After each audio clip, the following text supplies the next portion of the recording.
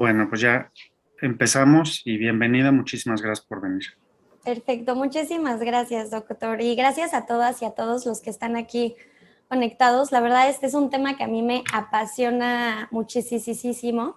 Creo que a partir de que hablamos de sexualidad podemos solucionar muchos problemas que vemos en el día a día, ¿no? Cuestiones sociales. Es un tema, aparte, que nos cuesta muchísimo trabajo hablar como sociedad porque implica mucho tabú, ¿no? Nos han dicho desde siempre, desde que somos chiquitos, que la sexualidad es un tema que no se trata de forma libre y que no se trata de forma abierta.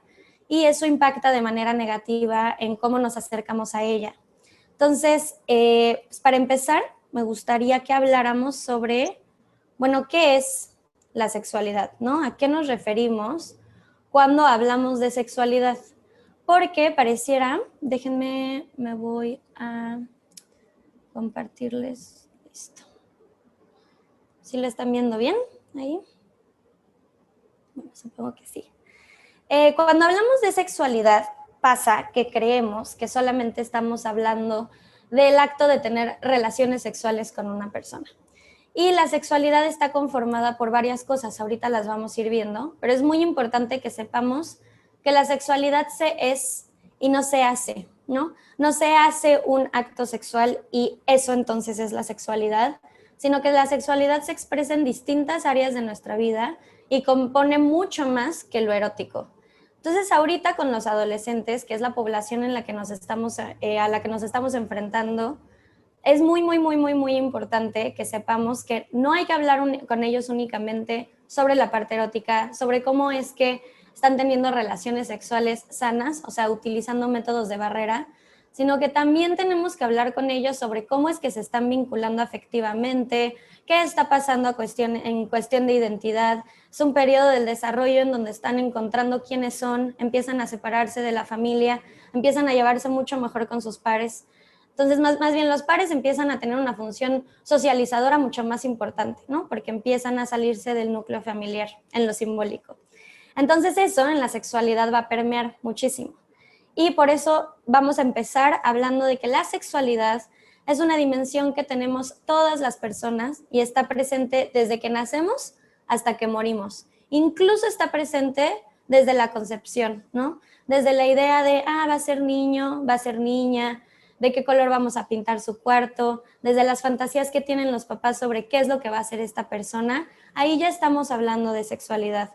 Y la sexualidad también está presente en la vida adulta y está presente hasta la vejez, que también a veces existe este mito, por ejemplo, de que los ancianos, por ejemplo, no disfrutan tanto de la sexualidad, ¿no? Eso es completamente falso. Hay ancianos que disfrutan muchísimo de su sexualidad por distintas razones, pero lo importante es que sepamos eso, que la sexualidad va a estar siempre presente y a partir de que nos vamos desarrollando va a tener distintas necesidades, dependiendo también del contexto en el que se desarrolle la persona, ¿no? Entonces, para empezar es eso, está presente siempre, nacemos con ella y nos morimos con ella. Ahora, la sexualidad está compuesta de distintas cosas. Una cuestión es el sexo biológico, los genitales con los que nacemos. Lo que pasa cuando nace, bueno, si hubo un ultrasonido antes, pues bueno, se sabe, pero nace un bebé, tiene pene, tiene vulva y decimos, bueno, ¿es hombre o es mujer? Eso es el sexo, ¿no? Después está el género.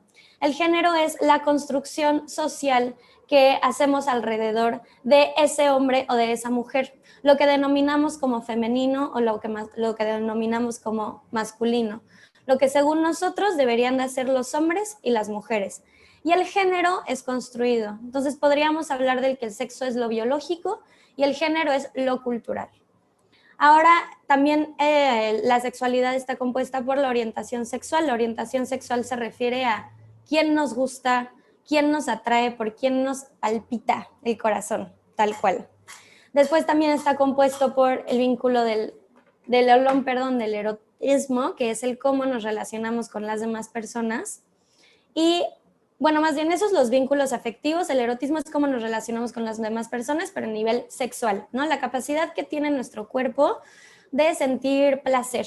Aquí también está la masturbación, por ejemplo, entonces lo erótico es el compartir nuestro cuerpo con las demás personas con el fin de sentir placer, ya que nuestro cuerpo, pues todo nuestro cuerpo es una zona erógena, entonces cualquier parte del cuerpo, si la estimulamos como nos gusta, puede hacernos sentir placer. A eso se refiere el holón del erotismo.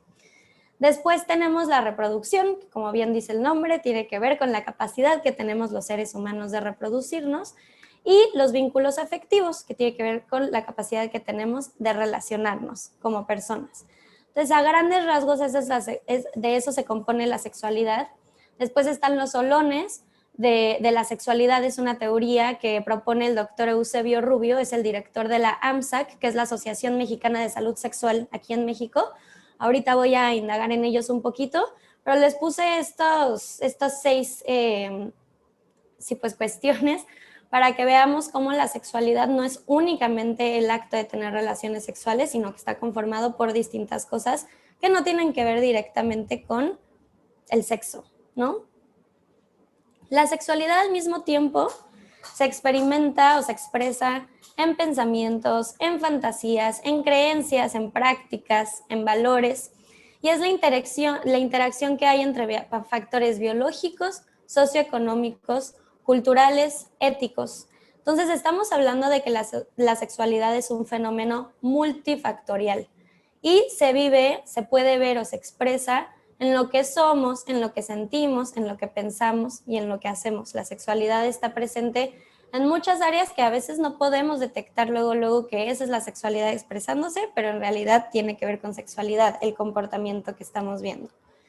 Entonces, al ser un fenómeno multifactorial, estamos hablando de que se construye socialmente, ¿no? Se desarrolla, la sexualidad se desarrolla y se transmite en la sociedad o en el contexto a partir de mensajes, a partir de leyes, a partir de la educación, la medicina, la ciencia, y todos estos saberes son atravesados al mismo tiempo por otros sistemas, como lo es la clase, la raza, la etnia, la religión. No es lo mismo el cómo yo, mujer blanca de la Ciudad de México, atea, vive su sexualidad, que el cómo lo vive una mujer indígena, a cómo lo puede vivir una mujer en Oriente. Entonces, cuando estamos hablando de la sexualidad de una persona, y ustedes como profesionales de la salud lo saben muy bien, siempre tenemos que pensar en cuáles son las necesidades que tiene la persona cuando estamos interviniendo en su salud. Cuando una persona llega con un motivo de consulta, y esto es lo que quiero que estén pensando en esta charla que les voy a dar, cuando una persona llega con un motivo de consulta, bueno, ¿de qué forma se está expresando la sexualidad en esta persona? ¿Y cuándo es que se intersectan el motivo de consulta y la sexualidad de la persona que estamos viendo en la consulta? También me gustaría preguntarles, y esto es también solamente para que lo piensen, es ¿qué valores, creencias y actitudes acompañaron su educación sexual? ¿Les enseñaron sobre sexualidad en las escuelas? ¿No les enseñaron? ¿Lo que saben, cómo lo saben? ¿Quién se los enseñó? ¿Cuáles fueron los afectos por los que fueron cargados este proceso educativo, ¿no? ¿Fue a partir del miedo, fue a partir de la vergüenza, la restricción, o la sexualidad siempre ha sido un campo al que se han podido acercar desde una curiosidad, desde la positividad, desde las ganas de saber, desde la curiosidad? Y les hago esta pregunta porque a veces las sexólogas pecamos de decir, no hay educación sexual en las escuelas. Y eso es una mentira. Sí hay educación sexual. Sí hay educación sexual en las escuelas, hay educación sexual en las calles, hay educación sexual en las películas, hay educación sexual en nuestras familias. La pregunta es, ¿qué tipo de educación estamos recibiendo? ¿Qué tipo de educación sexual? ¿Cuáles son las herramientas que se están utilizando para que nosotras y nosotros aprendamos en sexualidad? Cuando nos referimos a que no hay educación sexual, nos referimos a que no hay educación sexual integral, que es los modelos que se proporcionan, son distintas herramientas educativas que tenemos los educadores sexuales, en donde hay una meta específica, hay objetivos, hay una población, detectamos las necesidades y entonces hacemos un plan de intervención que vaya directo a atacar esas áreas de oportunidad que pueden estar presentando las personas dependiendo de la población con la que estemos trabajando. Eso es la educación sexual integral y es importante que esa es la que hay en las escuelas, por eso es por lo que estamos abogando. Ojalá en el futuro no tan lejano ya haya en el currículum de las escuelas una clase, una materia propia de educación sexual, pero eso no significa que no estemos educados y educadas en sexualidad. Todas y todos aquí estamos educados en sexualidad. ¿Por qué? Nacemos con ella. La educación es un proceso sociocultural que sucede todo el tiempo. No hay forma de que no aprendamos. No hay forma de que no agarremos información del medio y entonces interioricemos ciertas actitudes, ciertos valores. Nos criamos en nuestra familia. La familia es el primer grupo al que pertenecemos como seres humanos. Entonces, a partir de ahí, tomamos muchas pautas de comportamiento, ¿no? Es gracias a ese primer grupo que entonces luego podemos socializar con otros grupos de personas. Y es en esa socialización que nos educamos.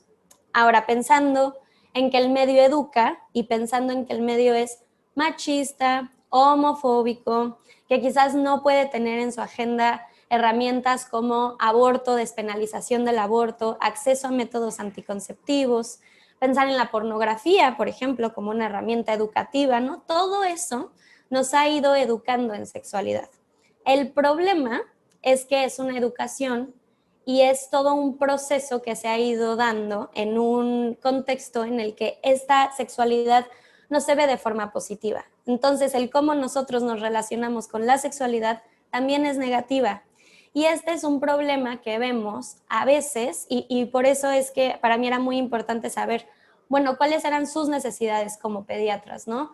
Cuando llega una mamá a preguntarles algo sobre alguna cuestión psicosexual en el desarrollo de su hijo o hija, me imagino, porque a mí también me pasa a veces con mis pacientes, sobre todo pacientes pequeños que tengo, es, ok, ¿cuál es el punto medio entre yo brindar información y al mismo tiempo no cruzar un límite entre los valores familiares que hay? Porque los papás también tienen sus valores, tienen sus nociones, también están educados en sexualidad y seguramente tienen muchos miedos sobre cómo abordar este tema con sus hijos. Entonces los médicos y los profesionales de salud mental nos convertimos un poquito en estos moderadores entre lo que necesita el paciente, suponiendo que el paciente, o sea, en su caso, ¿no? Paciente que pertenece a población pediátrica, y los papás. ¿Cómo juntamos esas dos necesidades? Porque no pueden estar peleadas. Nosotros necesitamos estar todo el tiempo viendo cuáles son las necesidades, ¿no? Al menos yo como psicóloga muchas veces, sobre todo en las escuelas, me encuentro siempre ante esta cuestión de, bueno, que hay una cuestión es sexualidad, educación sexual basada en derechos humanos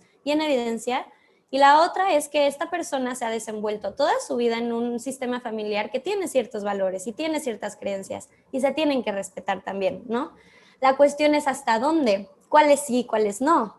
Es muy complejo, ¿no? Entonces, creo que en esta plática yo voy a hacer todo lo posible por resolver todas sus preguntas, pero creo que incluso nos van a surgir más, ¿no? Y está padrísimo que nos empecemos a cuestionar esto. Antes de seguir, me gustaría mandarles, bueno, se los mando después, pero les hice una guía de un libro que tengo de soluciones en sexualidad infantil y adolescente, en donde vienen las preguntas más frecuentes que tienen los adolescentes sobre sexualidad y las inquietudes más frecuentes que tienen los padres de familia, junto con las respuestas que brindan los especialistas.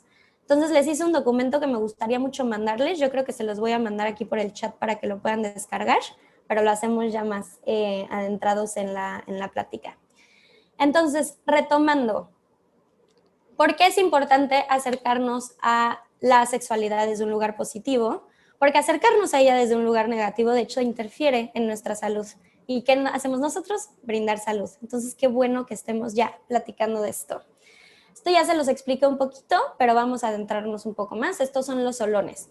¿A qué nos referimos con los solones? Bueno, la sexualidad es como si fueran las 4 columnas de la sexualidad. Imaginémonos que es una casa y esa casa tiene 4 columnas que lo sostienen. Los solones no es que se expresen primero el de reproductividad, luego el de género, luego el de erotismo, sino que todos están todo el tiempo manifestándose en nuestro comportamiento, ¿no? Entonces, cuando hablamos de educación sexual es importante entender en qué etapa del desarrollo se encuentra la persona para ver de qué forma van a expresarse estos solones en el comportamiento y en las actitudes de las personas. Por ejemplo, en la reproductividad. No va a ser lo mismo hablar de reproductividad con niños de 5 años que hablar de reproductividad con adolescentes, ¿no? Igual el género, igual el erotismo. El erotismo, por ejemplo, quizás ustedes piensan, bueno, ¿de qué le voy a hablar a un niño o una niña de erotismo, no? Los niños y las niñas, desde los 5 años, se ha visto, desde los 3 incluso, que empiezan a estimular sus genitales porque son una parte del cuerpo que se siente bien, les resulta placentera tocarlo.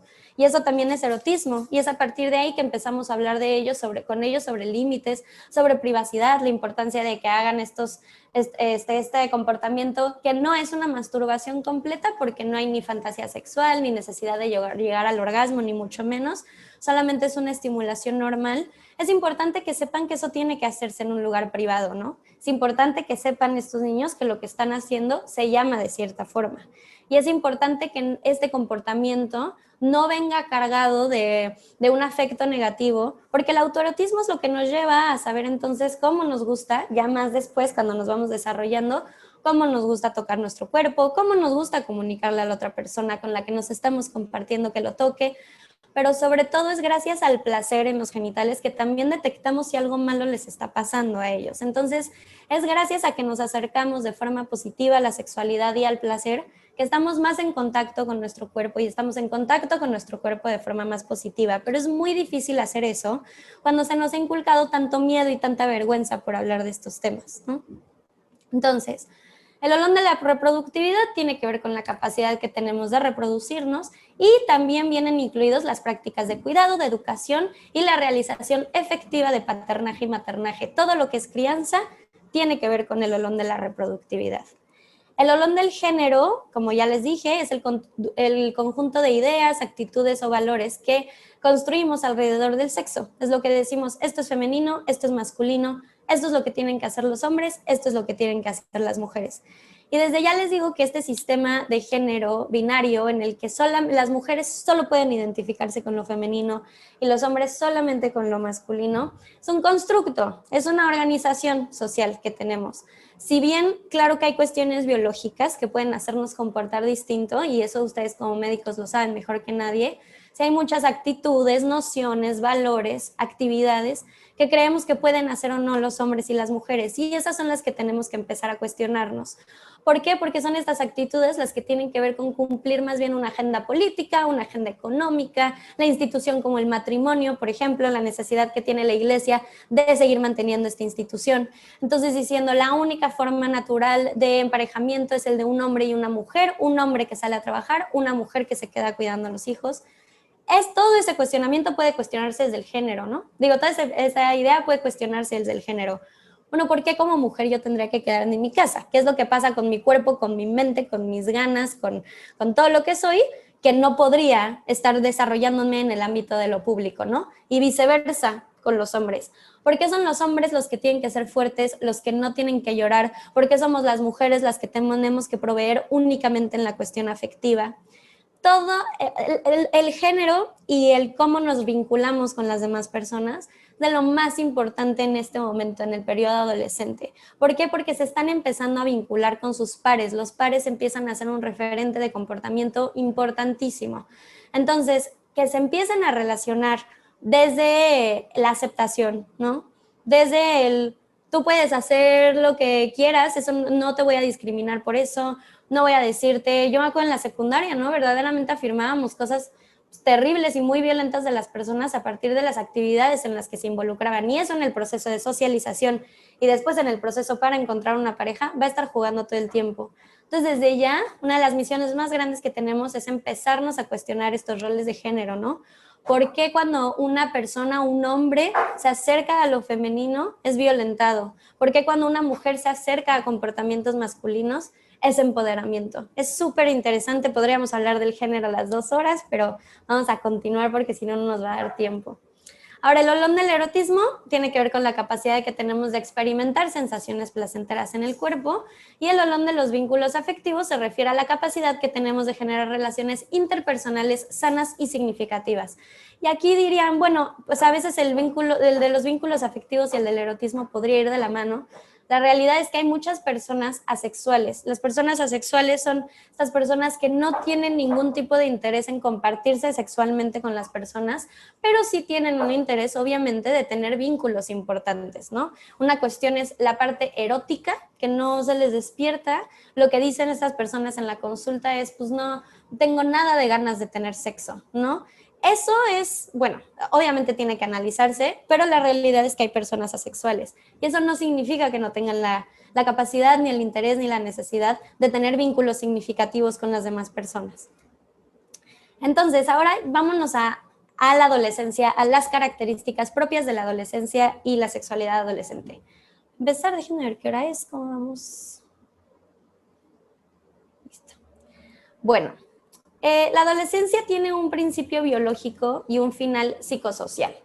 Tiene un principio biológico porque es la pauta de, bueno, empiezan todos los cambios corporales y nuestro cuerpo empieza a prepararse para la reproducción, ¿no? Si nos vamos hacia lo más básico, eso es lo que está empezando a pasar. Nuestro cuerpo empieza a cambiar, empiezan el desarrollo de caracteres secundarios, pero tiene un final psicosocial porque el adolescente tiene un rol en la sociedad, ¿no? El adolescente deja de ser niño, el adolescente pierde este rol de infante y el término de este proceso tiene que ver con, bueno, independencia, conseguir un trabajo, establecimiento de pareja, que eso ya se está cuestionando mucho porque conforme va creciendo la expectativa de vida, también va cambiando el rol que vamos teniendo, ¿no? Entonces, sumamente interesante la adolescencia, para mí es un tema que me apasiona, porque no está bien definido, pues, cuándo termina, ¿no? La OMS nos dice que más o menos empieza a los 10 años la pubertad y a partir de los 12 empieza la adolescencia y termina a los 19.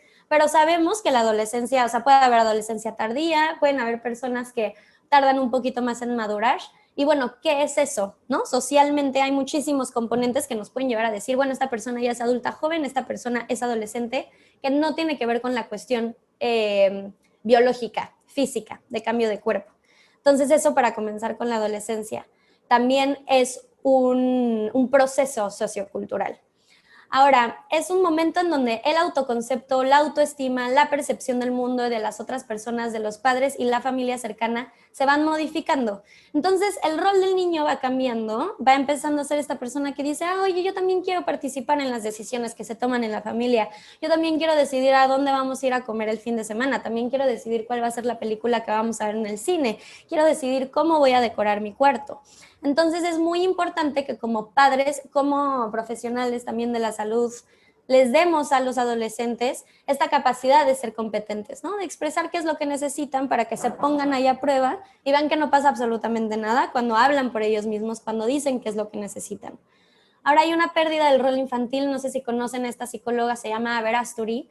Lo que nos propone es el adolescente lo que está es en duelo. Está en duelo por la pérdida del rol infantil, está en duelo por, disculpen, está en duelo por tanto el cuerpo del infante, porque ahora su cuerpo es distinto, le empiezan a salir pelos, le empiezan a salir granos, está todo grande, choca con todo, no reconoce su cuerpo, pero también pierde el rol infantil. Lo que espera la sociedad de él y de ella es completamente distinto. Y al mismo tiempo hay un duelo sucediendo por parte de los padres. Esto también lo propone esta psicóloga. Los padres también están en un duelo por ese niño, ¿no? Es un hijo que ya no es infante y está empezando a ser adolescente. Entonces es un duelo obviamente pues muy simbólico porque nadie se murió, pero sí hubo un cambio en el rol y en la expectativa de ese niño que lleva toda la vida creciendo en ese sistema familiar.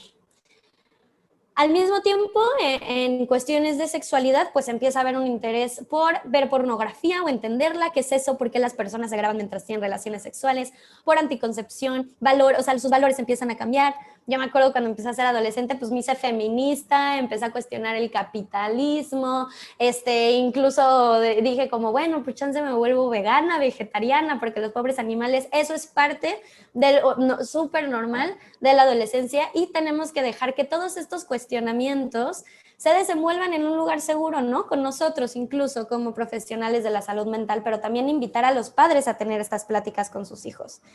Empiezan a cuestionarse mucho sobre sus vínculos afectivos, como qué significa que sea soltero, qué es el divorcio, qué significa que me comparta con otra persona, qué significa dar un beso, cómo empiezo a relacionarme eróticamente con las personas, con mis pares.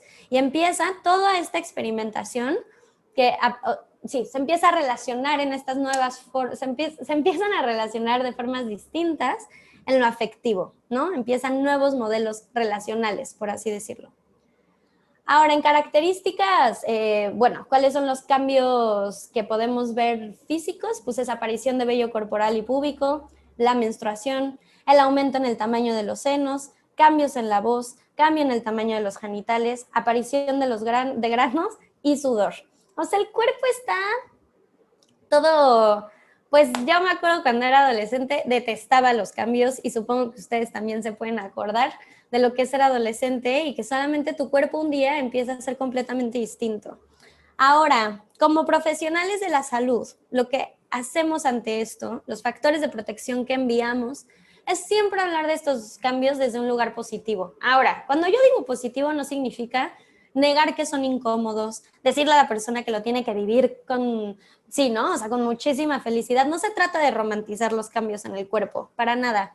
Pero sí se trata de comprender que el cuerpo está actuando de esta forma es un síntoma de sanidad, ¿no? El cuerpo está respondiendo de forma adaptativa, el cuerpo está, pues sí, expresando qué es lo que necesita. Es gracias a que menstruamos que podemos reproducirnos, es gracias a la aparición del vello corporal que nuestros genitales tienen la temperatura que tienen que tener, es gracias al aumento de los senos que eventualmente vamos a poder lactar, es gracias al cambio en el tamaño de los genitales que entonces podemos tener relaciones sexuales, pues la aparición de los granitos ni modo, así pasa.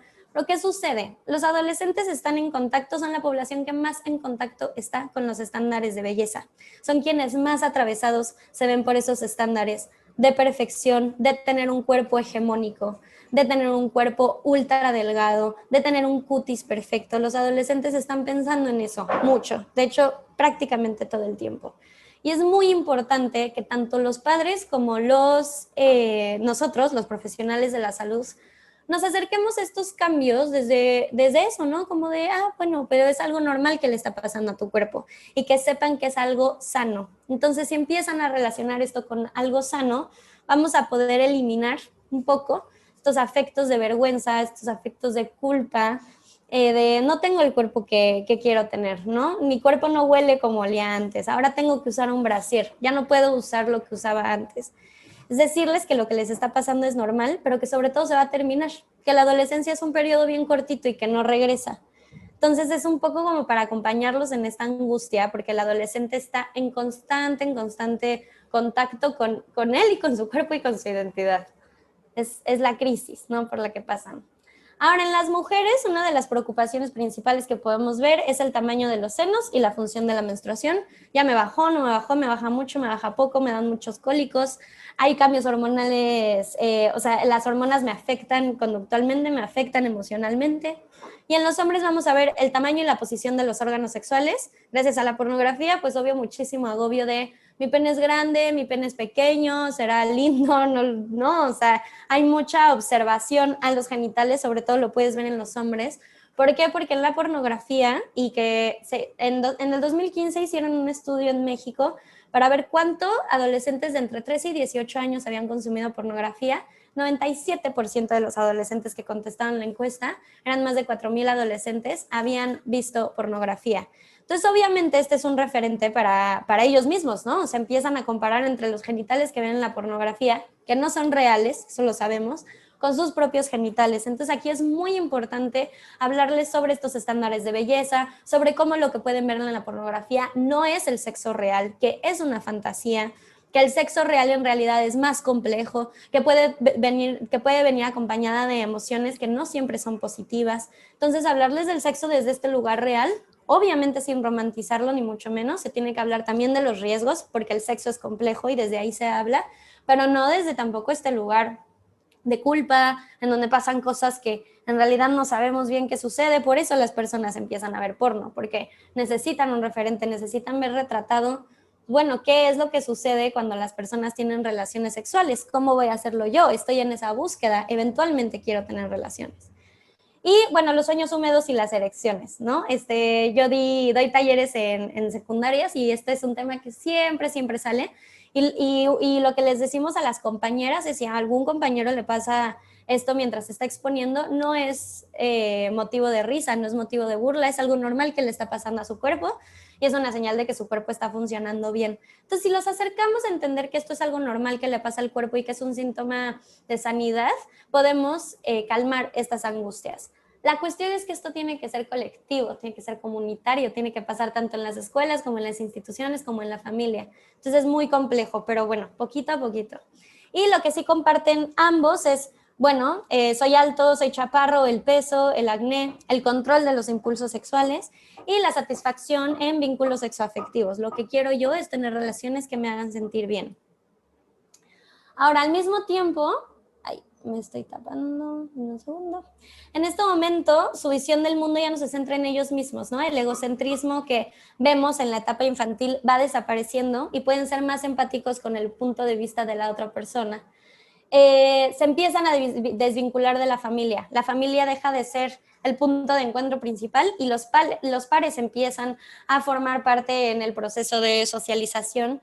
Por lo tanto, empiezan a ser referentes. Con ellos son con los que hablan de sexo, con ellos son con los que hablan de sus atractivos sexuales, ¿no? Los vínculos de amistad se estrechan y es gracias a eso que se construye esta confianza para que puedan tener estas pláticas sobre sexualidad.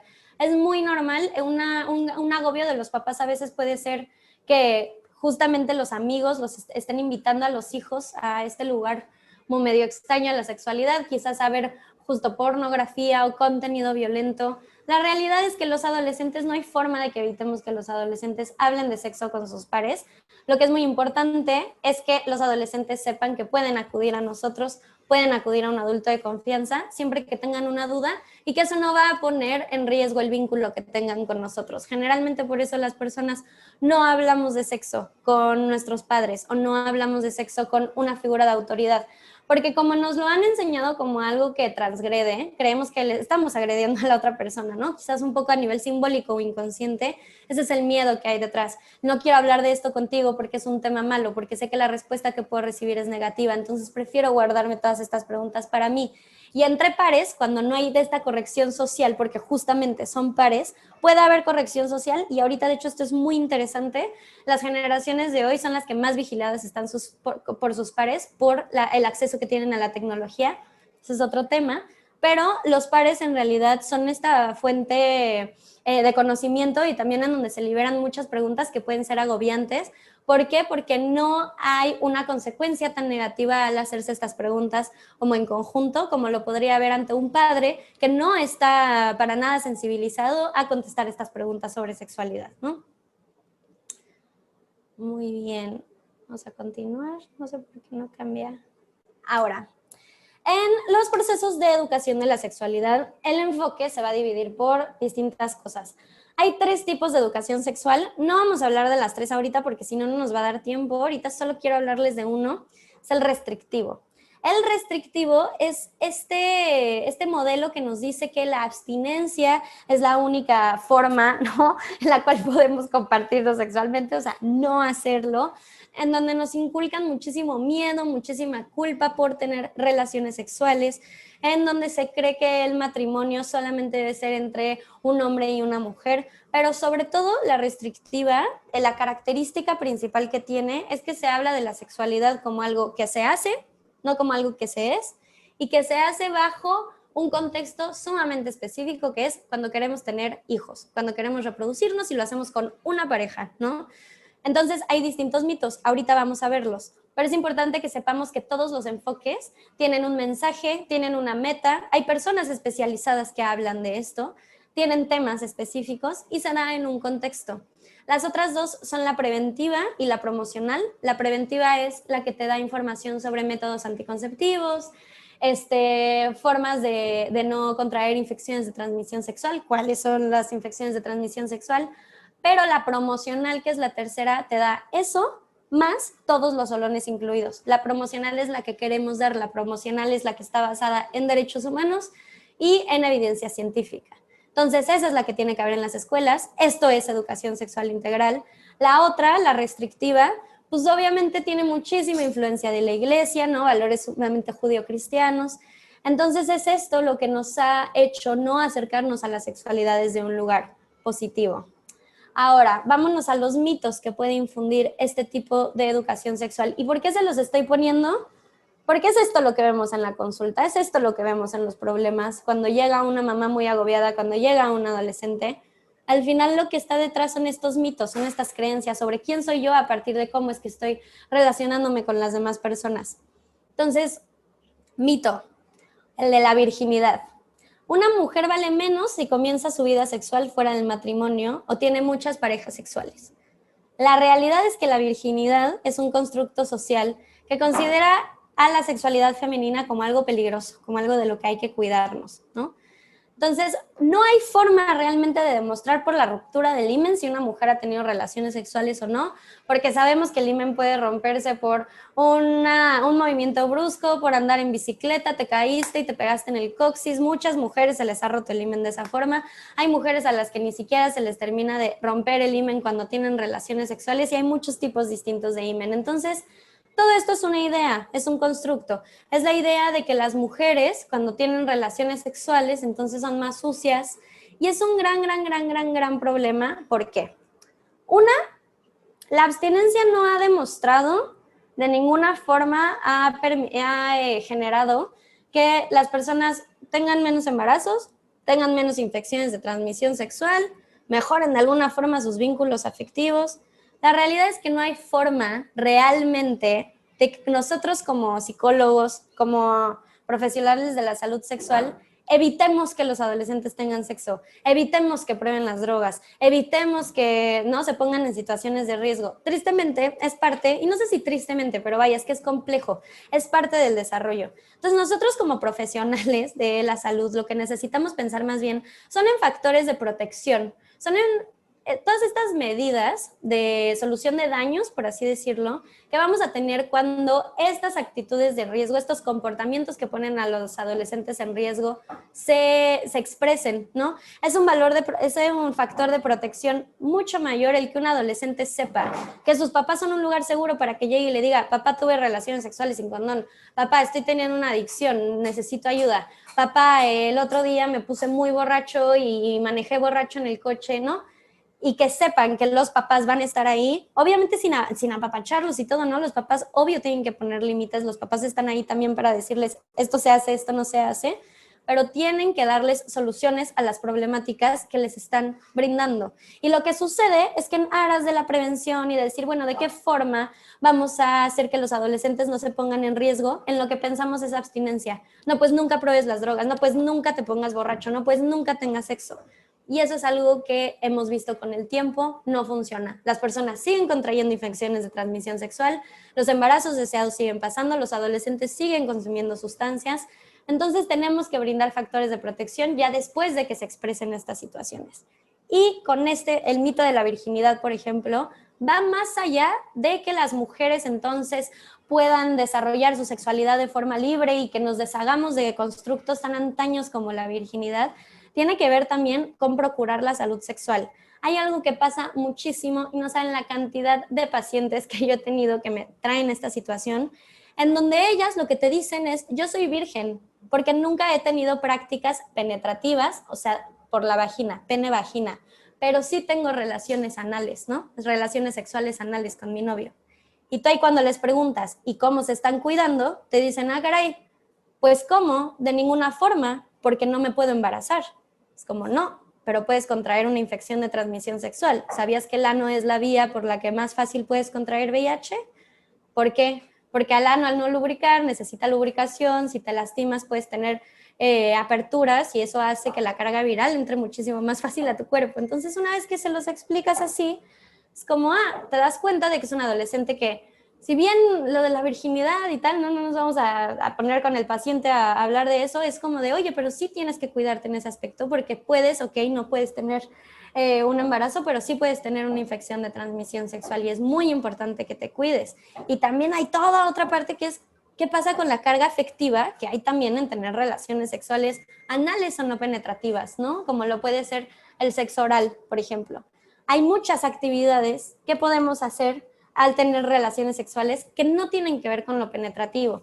Entonces, si nosotras pensamos que podemos decirles a las adolescentes como tienes que ser virgen hasta el matrimonio y hasta que encuentres a una pareja, compartirte sexualmente, Se los prometo que vamos a tener a muchas adolescentes teniendo estos comportamientos de riesgo porque nadie les dijo que aunque no tuvieran relaciones penetrativas, tenían que cuidarse de infecciones de transmisión sexual y que estas experiencias sexuales también tienen una carga afectiva, ¿no?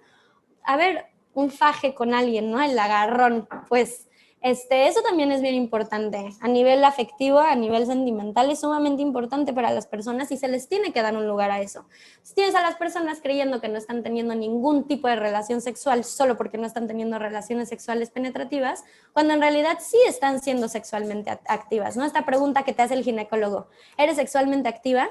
Es algo que me llama la atención porque es como, pues a ver, empecé a tener relaciones sexuales penetrativas en este momento, pero pues antes yo ya era sexualmente activa. ¿Por qué? Porque llevo explorando mi erotismo desde antes, ¿no? De tener una pareja. Entonces, eso como profesionales de la salud lo tenemos que tener en cuenta porque hay muchas formas en las cuales podemos expresar el olor del erotismo, que no es únicamente tener prácticas sexuales sexo-pene, ¿no? Que también pueden conllevar riesgos y tenemos que brindar estos factores de protección también. Ahora, el siguiente mito. La única unión sexoafectiva que es permitida es la de un hombre y una mujer. La homosexualidad no es normal y puede ser corregida. Esto es algo que hasta el día de hoy en muchas escuelas católicas se sigue diciendo. En muchas escuelas católicas se sigue dando el mensaje de que si un niño, una niña están teniendo fantasías con alguien de su mismo sexo, pueden corregir este comportamiento. Hace no mucho, de hecho, híjole, ni siquiera creo que se haya cumplido el año, si quieren luego les paso el dato. En la Ciudad de México hicieron ilegales, ya está penalizado que alguien haga ECOSIG. No sé si alguien sepa qué son los ECOSIGs, pero son las terapias de conversión. Son las terapias de conversión que se hacen a las personas homosexuales. Hace menos de un año, en la Ciudad de México, alguien dijo, esto no está bien, esto es ilegal, no puedes decirle a una persona que está mal ser homosexual y convertirla, porque aparte las herramientas que utilizan se parecen mucho a las de una tortura, ¿no? Entonces, ese es el contexto en el que estamos. Y a veces se nos va la onda. A mí al menos mínimo se me va la onda, una por una cuestión generacional y la otra porque me desenvuelvo en un medio y por suerte tengo unos papás increíbles, amorosísimos, que siempre me dieron toda la oportunidad de poder desarrollarme sexualmente.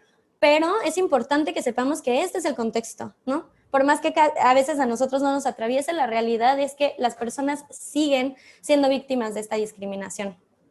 ¿Cuál es la realidad de este mito? Pues bueno, la sexualidad es diversa y por lo tanto sus orientaciones. Existen las personas bisexuales, lesbianas, gays, asexuales y las personas tienen el derecho, esto es un derecho, de compartirse afectivamente con las personas que deseen y los adolescentes deben de estar en contacto con esta diversidad de forma positiva, ya que esto les ayuda a identificar situaciones en donde se les discrimina, por ejemplo, si ellos saben que es su derecho compartirse con la persona que aman, la persona por la que les late el corazón, ¿no? Que es su orientación sexual, pueden identificar entonces cuando alguien está siendo violento o cuando alguien los está discriminando.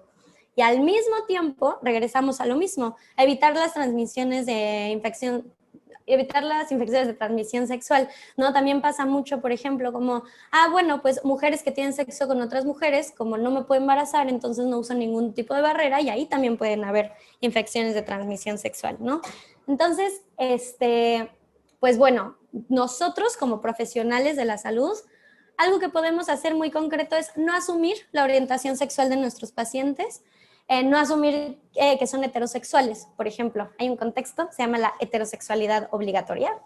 Es la idea de que todas las personas nacemos heterosexuales, ¿no? Y entonces lo que pasa es que se nos educa y el medio nos va mandando estos mensajes de, bueno, como mujer a ti te gustan los hombres, entonces a ti te tiene que gustar esto, y a ti como hombre te gustan las mujeres y te tiene que gustar esto. Y eso no es cierto, ¿no? La sexualidad es diversísima. No hay una sexualidad que se parezca a la otra. Entonces, las personas necesitan saber que tienen el derecho de expresar cómo es que se están sintiendo, quién les gusta. Y los médicos a veces, también los psicólogos, quien sea que se dedique que sea profesional de la salud, a veces al asumir podemos mandar el mensaje de que no estamos de acuerdo, de que no estamos en la misma página, y necesitan nuestros pacientes saber que con nosotros mínimamente pueden hablar de estas situaciones y eso no va a afectar el vínculo, no los va a poner en riesgo y que vamos a llegar a las mejores herramientas, ¿no? Les vamos a dar todas las herramientas que necesitan para que puedan tomar las mejores decisiones en cuanto a su vida. Porque de eso se trata al final, de que las personas sean responsables de la salud, de su salud. Ahora, este mito, tenemos sexo únicamente para reproducirnos. Eso es, piensen ustedes en todas las veces que han tenido sexo, cuántas veces ha sido para tener hijos y cuántas veces ha sido porque se siente bien. Y esa es la realidad. Las personas la mayoría de las veces tenemos relaciones sexuales porque es placentero, no porque queramos reproducirnos. Entonces, necesitamos empezarles a hablar a los adolescentes, no solamente del acto coital como esta forma en la cual nos reproducimos, y toda la información que viene con eso, qué pasa con el óvulo, qué pasa con el esperma, cómo se forma, el líquido preseminal tiene espermas o no, me puedo embarazar, si entro un poquito y después vuelve a salir, todas esas dudas que son muy del olón de la reproductividad, está súper bien que las hablemos con ellos, pero esa es información que generalmente sí tienen en las escuelas, o que sí saben cómo se hacen los bebés, sí saben lo que son los métodos de barrera. De ahí a que los usen es otra cosa, ¿no? Pero la información se les da. Lo que necesitamos más, lo que ahora necesitamos apuntarle es, una, que nos deje de dar miedo a hablar de placer. Eso es súper importante. La educación sexual tiene que también tener en su agenda el que las personas sepan que tienen el derecho a estar en situaciones que les produzcan placer. ¿Por qué? Porque se siente bien, porque nos trae felicidad y porque la sexualidad es un lugar más en el que podemos sentirnos bien. Entonces, ¿para qué nos sirve el placer? El placer también nos sirve para identificar cuando algo no se está sintiendo bien, ¿no?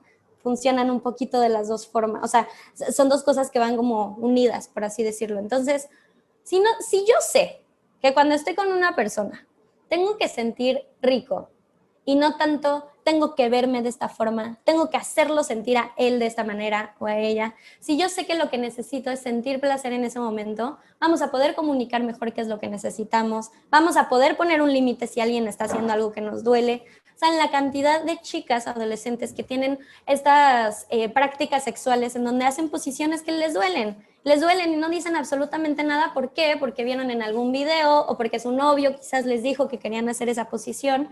Y lo que ponen antes es pues claro, ¿no? O sea, todo el agobio que viene el relacionarme con otra persona, quiero hacerlo bien, quiero verme guapa o guapo, vienen muchas ansiedades, aparte de lo obvio, ¿no? Como no quiero quedar embarazada, no quiero contraer una infección de transmisión sexual. Pero dense cuenta de cómo el placer es una herramienta también que nos puede traer a la salud, pero no hablamos de eso porque nos da muchísimo miedo, porque siempre nos han dicho que hablar de estos temas está mal, es algo que es sucio, que el sexo únicamente está para tener hijos, y eso no es cierto. Entonces, esto también es un mito que tenemos que ir trabajando. Ahora, los roles de género, ya lo platicamos un poquito, pero bueno, también nos surge, ¿no? Nos surge dejar de creer que los hombres son los que salen a trabajar, las mujeres son los que se quedan en la casa. Yo ya no me desenvuelvo en un medio en donde eso pase. Si me pongo a pensar en las familias de mis amigas, pues todas han como roto, ¿no? Un poco este mandato de género. También tengo un papá y una mamá que ambos se alían con lo femenino y con lo masculino desde donde ellos habitan su cuerpo y su feminidad y su masculinidad.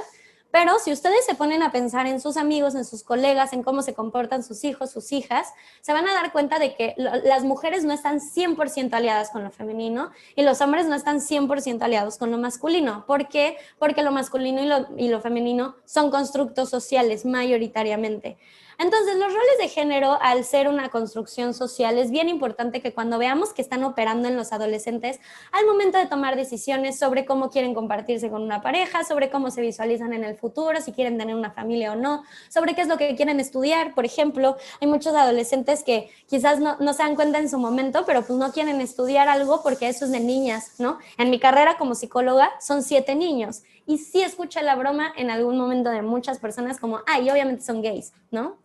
Eso educa y podrá parecer broma, pero de verdad estas nociones se van instaurando como prácticas normales y después lo que sucede es que se expresan de forma más grande y es así como entonces terminamos justificando violencias mucho más graves, como el no querer contratar a una persona en una empresa porque es homosexual, ¿no? Entonces tenemos que dejarles de decir a los adolescentes que hay cosas que pueden hacer o no hacer por ser hombres o por ser mujeres. Hay pocas cosas realmente que podemos hacer o no dependiendo de si somos hombres o ser mujeres, como gestar, ¿no? Por ejemplo, eso es algo que solo podemos hacer las mujeres, punto, porque así es nuestro cuerpo.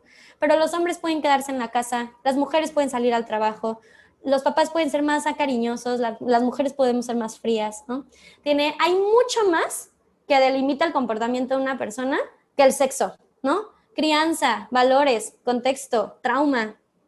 Entonces, si tenemos en cuenta eso, vamos a estar acompañando a los adolescentes desde un lugar de corrección de estos roles de norma de género, ¿no? No vamos a estar aliados al sistema y vamos más bien a invitar a los adolescentes a que desenvuelvan su identidad de una forma libre y responsable. Ahora, el mito de la masturbación es mala y pues la invitación a no practicarla, ¿no? La masturbación y el autoerotismo son completamente sanos y normales. De hecho, es preferente que una mujer y un hombre se masturben, ¿no? Es algo que le puede despertar muchas inquietudes a los papás y a las mamás. Ahorita nos vamos a ir a cómo solucionar situaciones de masturbación muy específicas, pero es que es gracias a la masturbación que nos conocemos, es gracias a la masturbación que entendemos cómo nos gusta que nos toque, tocarnos y entonces cómo nos gusta que nos toque la otra persona. Y esto es bien importante porque las relaciones sexuales no están únicamente para sentir placer, son un momento afectivo bien importante. Psicológicamente son muy nutritivas las relaciones sexuales, las que salen bien, obviamente. Entonces, la masturbación es como este lugar en donde la persona, bueno, se prepara para ese encuentro y encuentra las herramientas propias que tiene para sentir placer. La masturbación es sana. Obviamente hay comportamientos masturbatorios que no son sanos, que es cuando la persona deja de hacer otras actividades, o sea, lo que nos sale en el DSM-5, ¿no? Si afectan otras áreas de su vida, si afecta en lo social, en lo laboral, en lo familiar. Si la persona está dejando de hacer otras actividades por estarse masturbando, entonces podríamos estar hablando de una masturbación. Se me fue el nombre, no sé cómo podríamos decirlo, pero sí, no me gusta decir no sana, pero quizás poco adaptativa, lo podríamos decir así. Y cuando la persona sustituye la masturbación por otros afectos, ¿me explico? O sea, está muy ansiosa y entonces se la pasa masturbándose, o está triste y entonces se la pasa masturbándose. Ahí cuando la masturbación es compulsiva, pues sí podríamos hablar con un sexólogo y es importante que nosotros también lo detectemos. Pero es sumamente normal si una persona se masturba todos los días, ¿no? Por ejemplo, o sea, realmente eso no es un comportamiento masturbatorio, ay, se me fue la palabra, discúlpeme, pero sí, que esté como fuera de lo normal, es completamente sano. Entonces, nosotros saber eso y que los adolescentes sepan que lo sabemos, también es muy bueno, porque entonces saben que lo que están haciendo no está mal. Ahora, preguntas frecuentes, ¿no? Que tienen los padres. ¿Qué hago si mi hijo se está masturbando, mi hija se está masturbando? Lo que nosotros como profesionales de la salud mental les tenemos que contestar es sumamente normal, ¿no? Es algo que están haciendo porque están conociendo su cuerpo. Significa que están, aparte, poniendo en práctica otras competencias. Hace como 2 meses di otra plática también aquí en El Ángeles sobre sexualidad infantil. Y una de las primeras competencias es que aprendan a delimitar los espacios que son privados, que puedan poner límites. La masturbación, el poder tener un espacio nada más para ti, en donde nadie va a interferir, es bien importante. O sea, a nivel psicológico, a nivel simbólico, en cuanto a, bueno, el derecho que yo tengo de conocer mi cuerpo y que nadie interfiera en eso, es muy importante para que las personas entonces puedan poner límites. Y con los niños, como se ve esto, es pues que tengan prácticas de autocuidado, ¿no? Que se laven los dientes solos, que sepan limpiarse sus genitales cuando se bañan, cuando van al baño. Y es así como van delimitando los espacios que son públicos, los espacios que son privados. Y es así que les decimos también a los adolescentes o a los pubertos que empiezan a tener estas prácticas masturbatorias ya más conscientes, que pues siempre lo tienen que hacer en un lugar privado, en donde nadie los esté viendo. Ahora, una pregunta que también mucho en la consulta viene. Ay, aquí está. ¿Qué hago si encuentro a mi hijo masturbándose? Bueno, hay que actuar con normalidad, pedir disculpas, retiras y cierras la puerta. Eventualmente, a lo largo del día o al siguiente es importante que no pase tanto tiempo, el papá o la mamá o quien sea el cuidador primario de esta persona se acerque y le diga que es normal. ¿Por qué? Porque obviamente despierta muchísima vergüenza, despierta muchísima como de, ay no, ¿por qué? Ahora cómo voy a salir de mi cuarto después de esa situación tan embarazosa. No se trata de todos hablar del sexo de la forma más casual y normal, porque el sexo de hecho sí tiene un componente privado y es sumamente respetable que una persona lo quiera mantener así, ¿no? Las fantasías sexuales, por ejemplo, por eso las fantasías decimos que son fantasías, porque no tienen contacto con la realidad, por lo tanto todas son legítimas, ¿no? Y a una cosa es cuando se convierten en proyectos sexuales. Entonces, el que las personas sepan que pueden acceder a su mundo interno, que pueden tocar su cuerpo, es bien, bien, bien importante para el correcto establecimiento de los límites con las demás personas. Ahora, algunas preguntas frecuentes que tienen los adolescentes sobre este tema es cómo se da la sexualidad entre gays y lesbianas, cuál es la edad promedio para tener sexo si me toquetean puedo quedar embarazada, de qué manera se puede evitar embarazar a alguien, cuando las personas lo hacen, el hombre mete los testículos también, es posible quedar embarazada si lo hago en el agua. Todas estas respuestas las tengo en el documento que les voy a dar. No quise indagar en todas las respuestas porque si no yo sentía que no nos iba a dar tiempo, pero les voy a pasar las respuestas a todas estas que son de preguntas que generalmente tienen los adolescentes en estos temas. ¿Qué es un orgasmo? ¿Cómo se usan las pastillas anticonceptivas? ¿Cómo decir que no al sexo? ¿No? Consentimiento, hablando de poner límites. Si la persona no sabe que tiene un espacio privado, si la persona no sabe que eso que está haciendo en el cuarto es su derecho, ¿no? Por así decirlo, porque sí tenemos derecho al placer y al bienestar, y la masturbación es parte de eso. Entonces, ¿cómo yo voy a poder decirle a alguien que no quiero compartirme? ¿No? Es bien importante. Privacidad, establecimiento de límites y cultura del consentimiento van de la mano. ¿Cuánto dura una relación sexual, por ejemplo? Y ya para terminar, bueno, ¿qué hago con las preguntas sobre sexualidad que pueda tener mi hijo, mi hija o mi paciente? Contestar con la verdad. Siempre se contesta con la verdad. Se utilizan los nombres correctos de las partes del cuerpo y de las situaciones, ¿no? No es la abejita, no son las manzanitas, no es la cigüeñita, no es Andrés que viene cada mes, es la vulva, el pene, erección, penetración. Se usan las palabras que tenemos porque es lo que está pasando y no estamos hablando de una situación que es negativa, entonces no tendríamos por qué usar otras palabras o eufemismos. Si no tenemos la respuesta, lo más importante es contestar con honestidad. Así, no, la verdad no sé, déjame lo busco. Oye, a ver, ¿de dónde vino esta pregunta? Siempre es bien, bien, bien, bien, bien importante ver de dónde viene la curiosidad. ¿Cuál es la fuente de esta pregunta? ¿Lo vio en una película? ¿Se lo contó un amigo? ¿Lo vio por ahí en la calle? ¿De dónde viene esta pregunta? Y siempre contestar con amor, cuidado y aceptación positiva. No contestar desde el miedo, no contestar desde la vergüenza, desde la culpa. Desde esas preguntas no se hacen, niña, ¿no? Eso educa. Eso es sumamente educativo también. Y pues bueno, se desencadenan una serie de problemáticas que ya venimos hablando en esta plática. Entonces, siempre, siempre, siempre acercarnos a los temas de sexualidad desde la ternura, ¿no? Es una posición política, no avergonzarnos por hablar de sexo. ¿Por qué? Porque al no avergonzarnos podemos pensar en factores de protección para que las personas vivan su sexualidad de forma más placentera. Entonces, vámonos rápido ya para terminar con las competencias básicas que los adolescentes deben de tener en esta etapa de desarrollo para que puedan vivir su sexualidad de forma positiva. Bueno, la primera es identificar los órganos sexuales internos y externos y sus funciones, ¿no? ¿Qué onda? ¿Qué es la menstruación? A ver, el óvulo, el ovario, pero ¿qué? ¿Cuándo es que se desprende? Y entonces entra el esperma, pero el esperma se queda ahí siempre. Todo eso es bien importante para que sepan qué es lo que le está pasando a su cuerpo cuando menstruan, cuando tienen un orgasmo, cuando eyaculan. Esto, pues para anticipar, aprender y valorar positivamente como parte del crecimiento las características sexuales secundarias, lo que estábamos diciendo. Sí, es bien incómodo tener que empezar a usar brasier, pero significa que tu cuerpo está cambiando y eso es sano. Significa que tu cuerpo está reaccionando de forma normal a su desarrollo, ¿no? A su crecimiento. Analizar críticamente las creencias infundadas sobre los cambios en el cuerpo de hombres y mujeres durante la pubertad para que no vivamos obviamente con estos estándares de belleza que son tan rígidos y que pueden hacernos relacionar de manera violenta con nuestro cuerpo.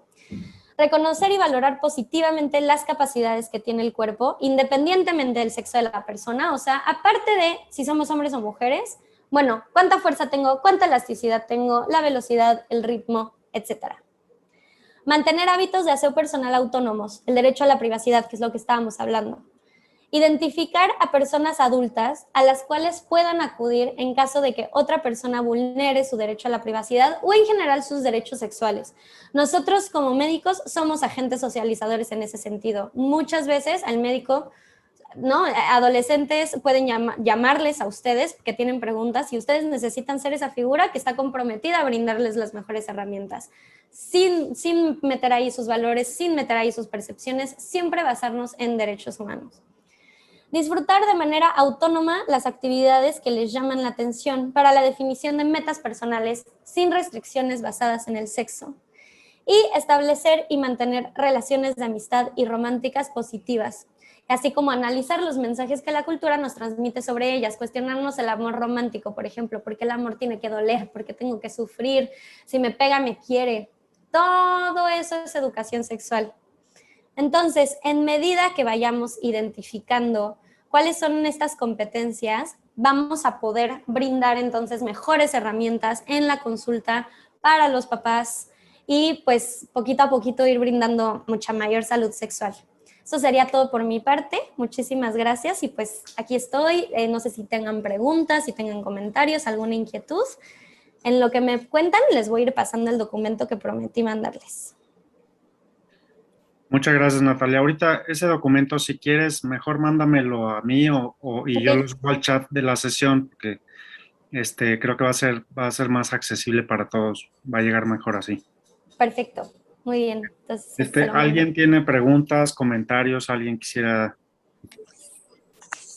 preguntar Yo algo? únicamente quisiera felicitarte porque es un tema de gran importancia y que la verdad a todos siempre nos cuesta trabajo hablarlo y tratarlo. Entonces, creo que fue extraordinaria sesión y te quiero felicitar. Muchas gracias. Ay, Narda, muchas gracias a ti. Muy bien, doctor Sion. Gracias. Natalia, te felicito. Y como dice un muy buen amigo mío, el doctor Riestra, el doctor Alonso Riestra, que a lo mejor tú conoces. Sí, me suena. Bueno, voy a hacer una pregunta un poco larga y complicada y a lo mejor comprometiendo Por favor. en un futuro a platicar de esto. Es en el concepto que el doctor Rubio ha establecido como lones. Y quisiera establecer sobre todo el pilar del honor, el olón del género. Y esto es sumamente importante. Nosotros como médicos estamos acostumbrados de alguna manera a trabajar en equipo. Y entonces, de alguna manera nosotros como médicos debemos estar al tanto de cómo prevenir infecciones de transmisión sexual, básicamente, pero no tenemos las herramientas para poder en un momento derivar a una especialista, un especialista en estos temas sexuales.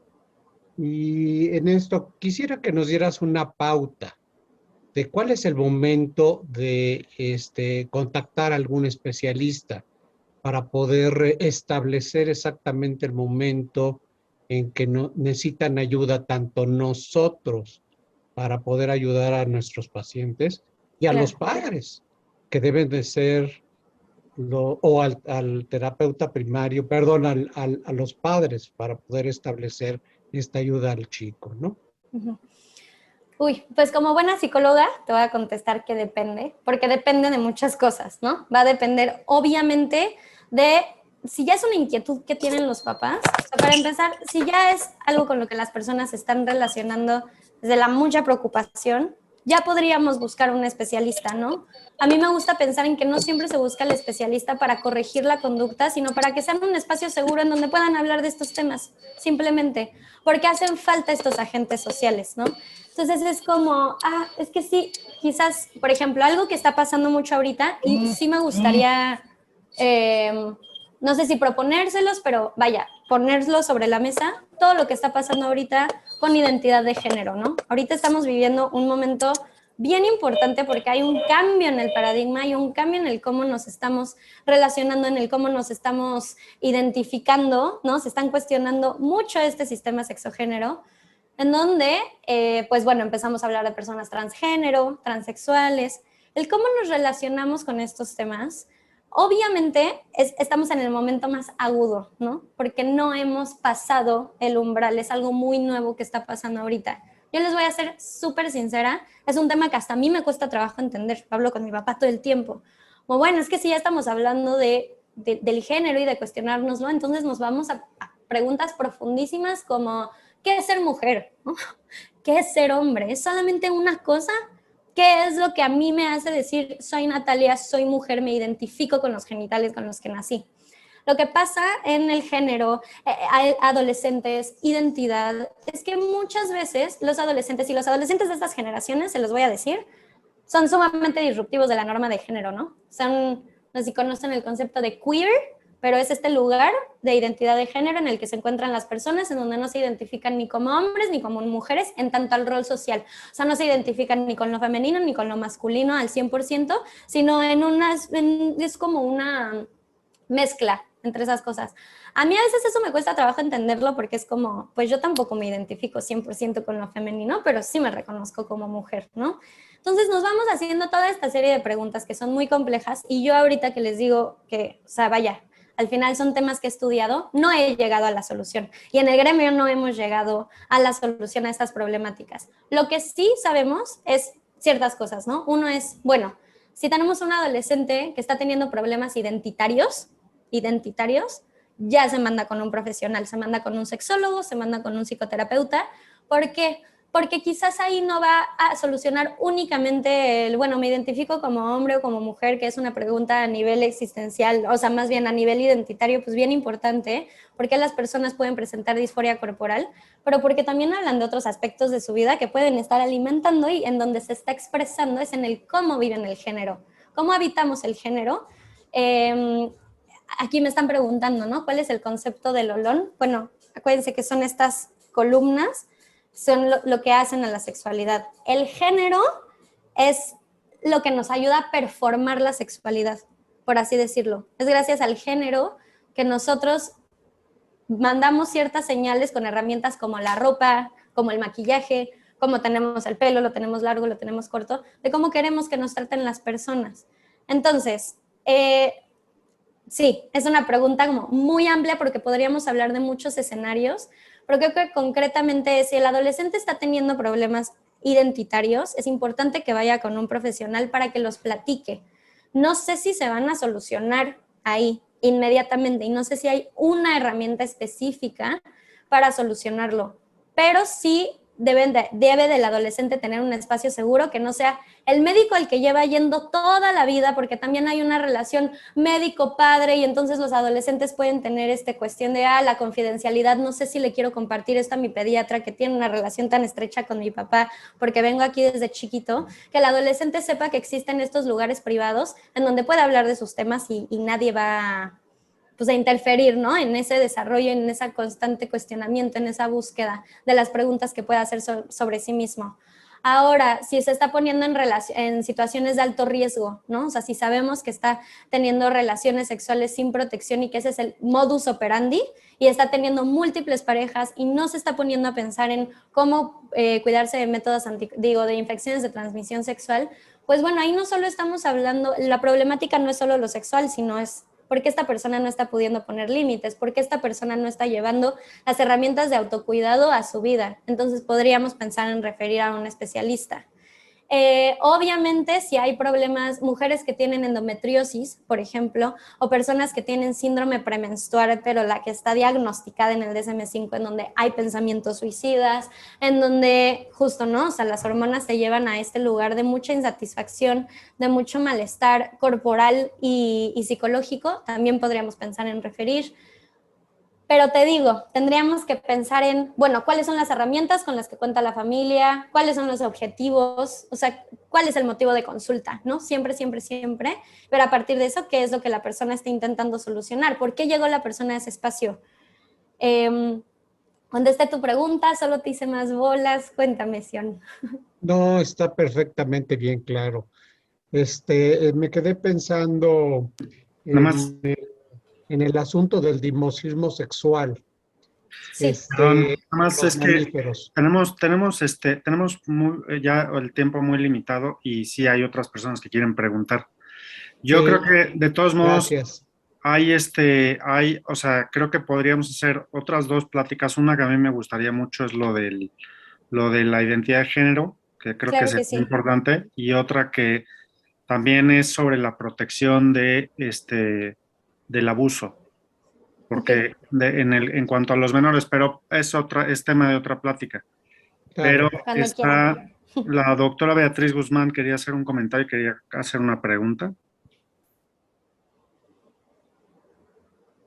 Sí, sí, sí. Hola, Nati. Hola, ¿qué tal? Hola, ¿qué tal? Felicidades por tu plática. Gracias por Muchas gracias, compartirnos Beatriz. todo esto.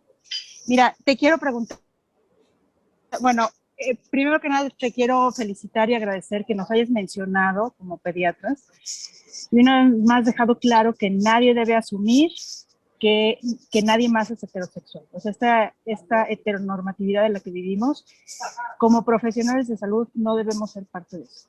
Sí, o sea, si vemos niños y adolescentes no debemos asumir nada, ni asumir que su sexualidad es de tal forma, ni que se van a casar de tal forma, ni que van a tener hijos de tal forma. ¿Sí? Y te quiero preguntar puntualmente si tú como sexóloga tienes el porcentaje de adolescentes que son no heterosexuales, que son otra cosa que es no heterosexual. Sí, esa es una pregunta súper interesante. De hecho, salió un estudio que no me acuerdo quién lo hizo, se los busco, no me acuerdo de qué universidad es. El encabezado era la generación Z, que es a la que yo pertenezco, quienes nacemos del 96 a, creo que es 2004, una cosa así, 2005. Es la generación más queer, ¿no? Refiriéndose a, es la generación más diversa sexualmente. Y el análisis de este estudio, o sea, salió que era un estudio que le hacen, creo que a 7,000, o sea, es una población gigantesca que se hizo en Estados Unidos, y el 36%, si mal no recuerdo, de los adolescentes afirmó tener una sexualidad disidente. Pero lo que es muy interesante de esto es que no es que hayan más gays ahora, ¿no? O más lesbianas. Sí, sí, sí, Es que sí, sí. socialmente se está aceptando mucho más, se está abriendo el espectro de todas las orientaciones que hay, de todas las formas en las cuales podemos habitar nuestra orientación y nuestra sexualidad, y entonces contamos con más lenguaje para nombrarnos, ¿no? Entonces eso es, o sea, en porcentaje, es eso, te digo, estoy 90% seguro que ese es el dato, te lo busco y te lo comparto, pero con tu pregunta lo que es muy interesante es todos estos cambios sociales que han habido que llevan a que entonces estas personas que tienen disidencia sexual sean más visibles, ¿no? No es que hayan más ahora, sino que ahora se pueden visibilizar y ahora no resulta tan amenazante para su vida, tal cual, nombrarse como homosexuales, nombrarse como bisexuales, como lesbianas, como pansexuales y toda la gama de orientaciones que hay, ¿no? Ahí también es importante, se me olvidó decirles, con los adolescentes a veces se nos olvida, y en general cuando nos acercamos a preguntarle a alguien como, ay, ¿tienes novio? ¿No? Para empezar a asumir, ¿no? Con una mujer, Así llegar y es. decirle, oye, ¿tienes novio? Bueno, quizás ahí es como de, oh, no, no tengo novio, en realidad tengo novia. Eso en realidad no importa, lo que nos está importando es cómo te estás relacionando con esta persona, qué te despierta relacionarte con esta persona, oye, ¿cómo te hace sentir? ¿Te gusta cómo te hace sentir? ¿Tú cómo le haces sentir a ella? ¿Qué te gusta de estar en una relación? Esas son preguntas que nos dan muchísima más información sobre cómo está la persona, a que si está con un hombre o con una mujer, ¿no? Tenemos que ver de qué forma se están construyendo estas relaciones. Entonces, siempre acercarnos más desde el afecto y no tanto desde, bueno, pues con qué sexo te estás relacionando, puede justo, ¿no? Hacer estas preguntas como, oye, ¿tienes pareja? Eso, ya. Como que, incluso en las juntas, no sé si les ha pasado, pero hay que alguien dice como, hay un meme de hecho, es que está con mi pareja y dice como, es gay, porque es como el nombre que han utilizado, ¿no? Las personas homosexuales para referirse a sus vínculos. Pero nosotros podemos adoptar ese lenguaje que es propio de la comunidad para transmitir estos mensajes de aceptación positiva a su orientación sexual. Muchas gracias. Así le digo yo a mi pareja. Perdón, a mi marido, le digo pareja. Muchas gracias, Natalia. No, Gracias de qué, por tu respuesta. Súper bien, tenemos, bueno, creo que el doctor Alonso Riestra quiere preguntar algo, quiere comentar algo. Muchas gracias, muchas gracias. Si es posible y sin tomar mucho tiempo, les agradezco mucho a todos darme la oportunidad de hablar y muchas gracias, Natalia. Siempre un orgullo y un placer tenerte. Una excelente plática y gracias por su atención. Solo me gustaría decir que, bueno, como bien hemos hablado en este tema del género y el sexo, yo veo que estamos en un estado de constante confusión. Y creo que es precisamente porque seguimos desarrollando los conceptos y seguimos profundizando en realmente qué significa esto en la vida real y no solo como abstractos. Lo que yo puedo decir es que muchas veces la polarización es la que lleva más a la confusión y más que la polarización, el sobrecompensar, ¿no? Y me gustaría dar un ejemplo personal. Por ejemplo, yo desde que me acuerdo, yo Alonso Riestra, me fascina el arte, me fascina la cocina, me encanta la decoración de interiores. Soy muchísimo más capaz de tener una conversación y me llama mucho más la atención hablar sobre el estilo de un mueble que sobre un coche, ¿no? De hecho, los coches nunca me han gustado. Desde chico fue malísimo para el fútbol, malísimo. Soy poco coordinado. Eso me llevó a que muchas veces me dijeran maricón, porque no me gustaba el fútbol, aunque me gusten otros deportes. Yo vengo de una familia católica, conservadora, con unos padres muy adheridos a esa tradición y muy inteligentes. Y bendito sea Dios, nunca en mi vida me dijeron, eres maricón porque te gusta la pintura, porque te gusta la cocina y porque te identificas con estos aspectos del género femenino. Nunca, al contrario, los estimularon. Si lo hubieran hecho, probablemente hubiera pensado que yo era homosexual, cuando no lo soy. No sé por qué no soy homosexual, lo hemos hablado con Natalia. Cuando una persona dice yo soy hombre o soy mujer, o peor, no soy hombre, yo no me identifico con ser hombre, es un misterio, hay que profundizar un poquito sobre qué es eso, con lo cual no se identifica, ¿no? Pero bueno, solo quería poner el ejemplo de cómo al rechazar ciertos aspectos del género y al rechazar el hecho de que efectivamente el género, los atributos culturales hacia el sexo no son binarios, podemos crear más confusión. ¿Cuál es el problema de decirle a alguien, eres un hombre perfectamente hombre, si así te identificas tú, que tiene ciertas afinidades o alianzas hacia los valores que culturalmente consideramos femeninos? Quizás nos ahorraríamos problemas. Del otro lado también, cada vez que llena una forma de seguros y que por ser progres y políticamente correctos e inclusivos, ponen ahí en el cuadrito género, me muero de la risa y también me da coraje, porque lo que me están preguntando no es el género, es el sexo de una persona. Lo que ese cuate que hizo la forma es si quiere saber si esa persona tiene próstata, tiene mamas, tiene antecedentes ginecológicos, etcétera, atributos claramente relacionados con el sexo. Y a veces me dan ganas de llenar un formato de seguro, nada más para generar más confusión y poner género femenino, diagnóstico, cáncer de próstata. Y a ver qué hace el chavo de GNP o a ver qué hace la gente en ese sentido, porque independientemente de que una persona se identifique con lo masculino y lo femenino, tiene un sexo que está relacionado con lo biológico y por lo tanto con aspectos patológicos. Entonces solo quería decir eso muy brevemente como un ejemplo y además una vivencia personal, sin quitar mucho más tiempo. Y bueno, pues agradezco mucho la oportunidad de hablar, la oportunidad. Gracias, Natalia. Como siempre aprendemos, nos enseñas y corriges nuestros defectos de formación sexual. Muchas gracias a todos. Buenos días y muchas gracias. Muchas gracias. Bueno, con esto concluye la plática y de hecho lo de la plática de género creo que sí vale la pena que la tengamos porque hay, hay universidades en Canadá, por ejemplo, donde te pueden expulsar de la escuela por ofender a alguien o por siquiera pretender, o sea, que parezca una ofensa de alguien que dice que incluso dice que no es hombre, aunque físicamente o sea, tenga el aspecto. O sea, es ese respeto que tiene que haber, pues ya tiene que empezar a hacerse cultural.